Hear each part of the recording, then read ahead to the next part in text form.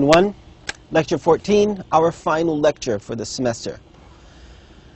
Today, we are not going to present many or any new topics. We are just going to recap on some of the topics that I was frequently asked about through email and the course forum. So, in that sense, in the sense that these questions were frequent, I chose to represent them in this final lecture just to make it easy and to emphasize that these are among the important topics that are included in the final exam. And the topic sentence is one of the most asked about topics through emails, and people calling me up during office hours. A topic sentence is very important, really. It's and it is very difficult in the sense it's difficult from being from by virtue of being important. If you train yourself to write good topic sentences, then it's most likely that you will get better and better every time. But if you really are loose about this, it's quite obvious that you're not going to be a very good writer when it comes to topic sentences. You're going to need some training. So it's important to focus on how to formulate them, and that could happen by reading many topic sentences in the reading passages provided in your book or anywhere else from your outside reading. So the topic sentence, just to remind ourselves about it, the topic sentence tells the reader the subject of the paragraph.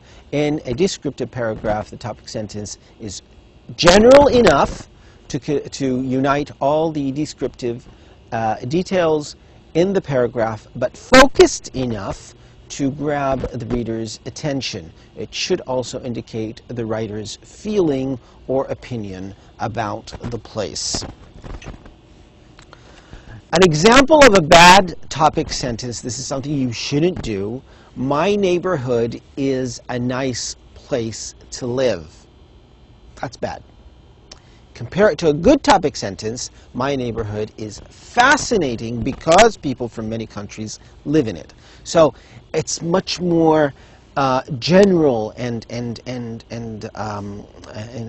specific at the same time, and it gives the reader the idea of what or where what you're going to talk about, and where your paragraph or let's say composition even is going to, what direction it's going to.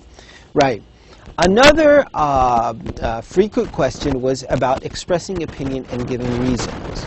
So if you want to put your opinion in writing, sometime remember to give reasons for your opinion.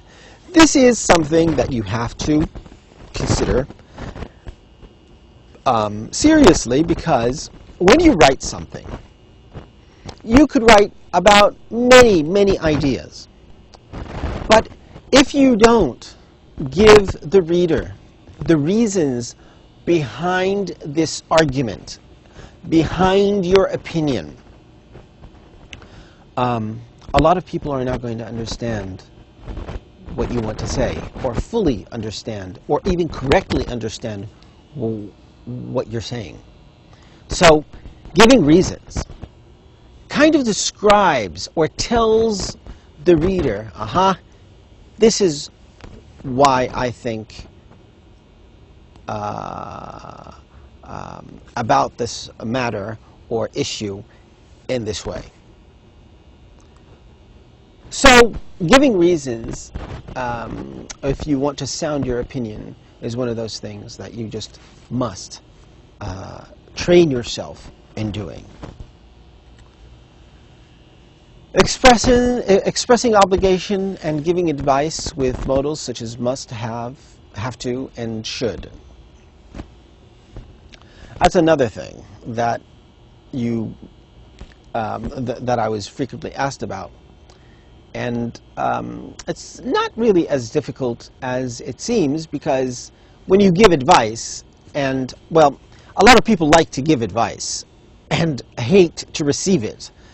But in the event that you want to give someone advice and he's hating it, at least you can make it sound elegant and nice. So you could say, you can give advice using the modals should and shouldn't. Okay.